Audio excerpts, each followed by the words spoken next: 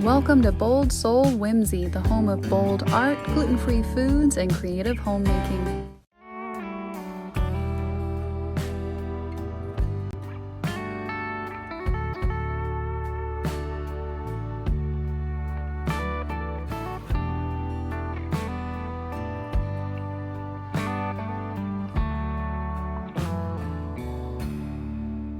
First, we're going to start mapping out using pencil. I like to use masking tape as a guide. I'm going to create the sun in the middle of the paper using the inside and outside edges.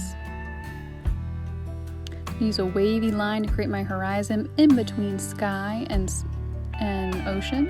Adding in a few more wavy lines.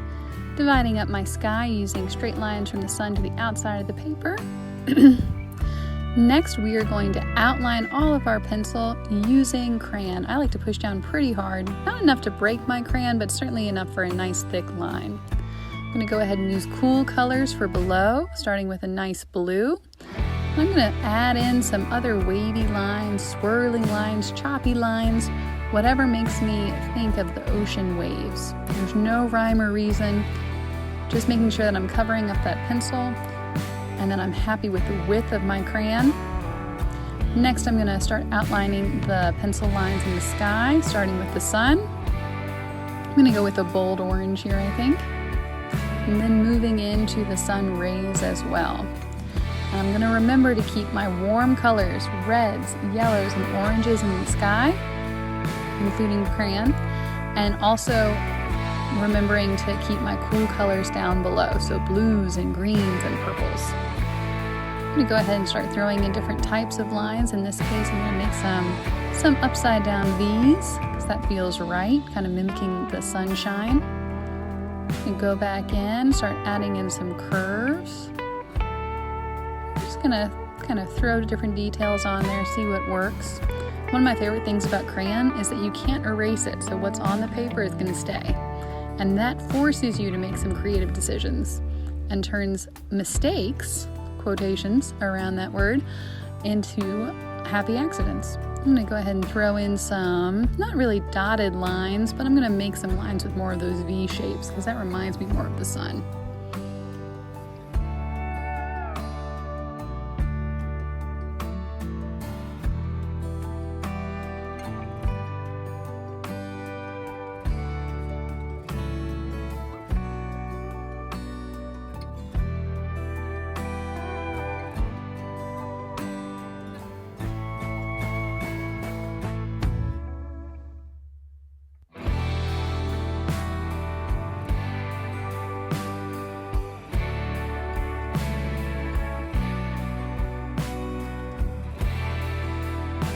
Alright, finishing up with my warm color crayon in the sky, I'm going to move back down to the water using blues and greens and purples to again kind of create more of those chopping, swirling waters and waves.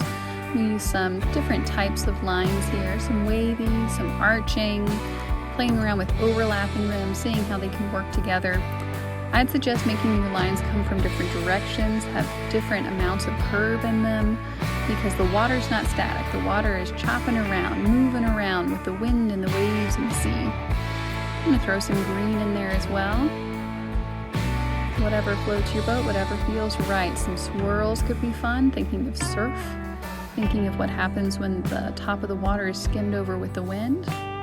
Alright, once we're finished with the crayon, it's time to move on to watercolor. After you wake up your paint with a little bit of water on your brush, swirl it around. It's going to be time to do a nice light wash with a little bit of water and a little bit of color. I'm going to start with my warm colors up top in the sky, starting with a nice gentle yellow, seeing how that interacts with the color of the crayon that I've already laid down. And then I'm going to start adding darker colors with less water and more paint on the brush. So I'm going to move into orange and red, and just play around with how that looks on the paper. Again, one of my favorite things about watercolor in this case is that you can always add more on top, wait for it to dry. If you think a color's too dark, just load your brush up with some water and brush it out. It'll fade the color right back down.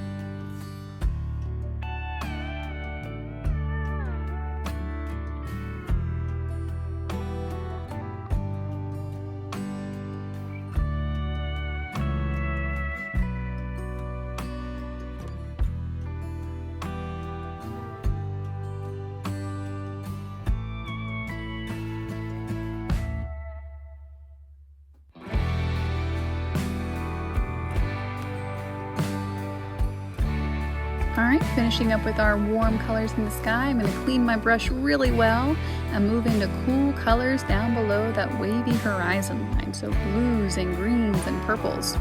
Watching how they interact not only with each other, but also with the crayon lines that I've already drawn. Now, as I'm sure you guys have seen, the crayon, the wax of the crayon, is kind of fighting off that watercolor. It's a super fun little science experiment. What I really like to see is that as the watercolor paint dries, that crayon starts to really stand out strong against it. So you get the bold, crisp color of the crayon, but then it's also playing against that more muted, more faded, more blended look of the watercolor paint.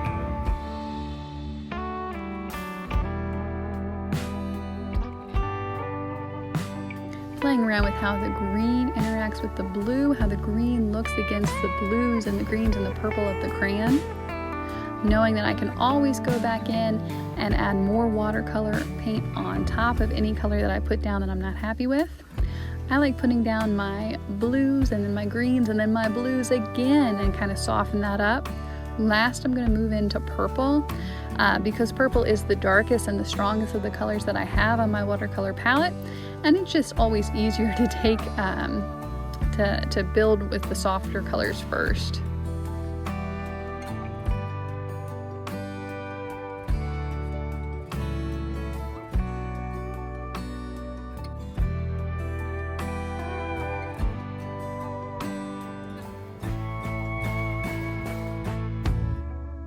Alright, finishing up with the watercolor paint. And remember, you're going to need to let your artwork dry for 2 or 3 hours before you move it. Oh man, these are beautiful.